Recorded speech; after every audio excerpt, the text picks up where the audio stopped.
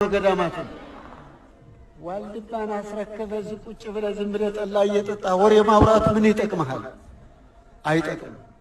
ወኔ ይኑረን፣ ሐሞት ይኑረን፣ ጀግንነት ይኑረን ሀገራችን ለማስከበር።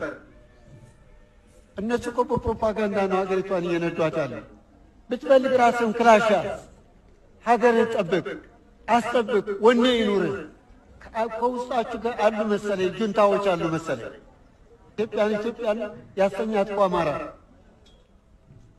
ለምንድን ነው የምትፈሩ? መጀመሪያ ደረጃ የኦሮሞ ቄስና የኦሮሞ ሸህ በኢትዮጵያ ምድር ላይ አይታወቅምም የለምም። በታንቱ ሞቷል። የሞተ እምነት ነው። አሁን እዚህ ሀገር መጥተው በዘረኝነት የኛን ሰዎች እዚህ ሀገር አሁን በተለይ በኦሮሞኛ በደቡቡ በኩል መጥተው ክፍልፍል አደረጓቸው። በነገራችን ላይ ይሄ ያውኑ ክፍፍል እኮ ዝም ብሎ እንደዚህ የተነሳ ነገር አይደለም። ይሄ ባውኑ ክፍፍል ምንድነው የሆነው? በቀዳማዊ ኃይለ ሥላሴ ዘመነ መንግስት ዞን ሰጧቸው ለፕሮቴስታንቶቹ። ከፋፍለው ሰጧቸው። እያንዳንዱ ተከፋፍሎ የራሱን መንግስት በዚያ መሰረት። አሁን የእነሱ ልጆች ናቸው ፖለቲከኛው ነው የመጡት። የኢትዮጵያ መከፋፈል መሰረት ምቆስ ነው ባይዘው ይሄ የፕሮቴስታንቲዝም እንቅስቃሴ እንደዚህ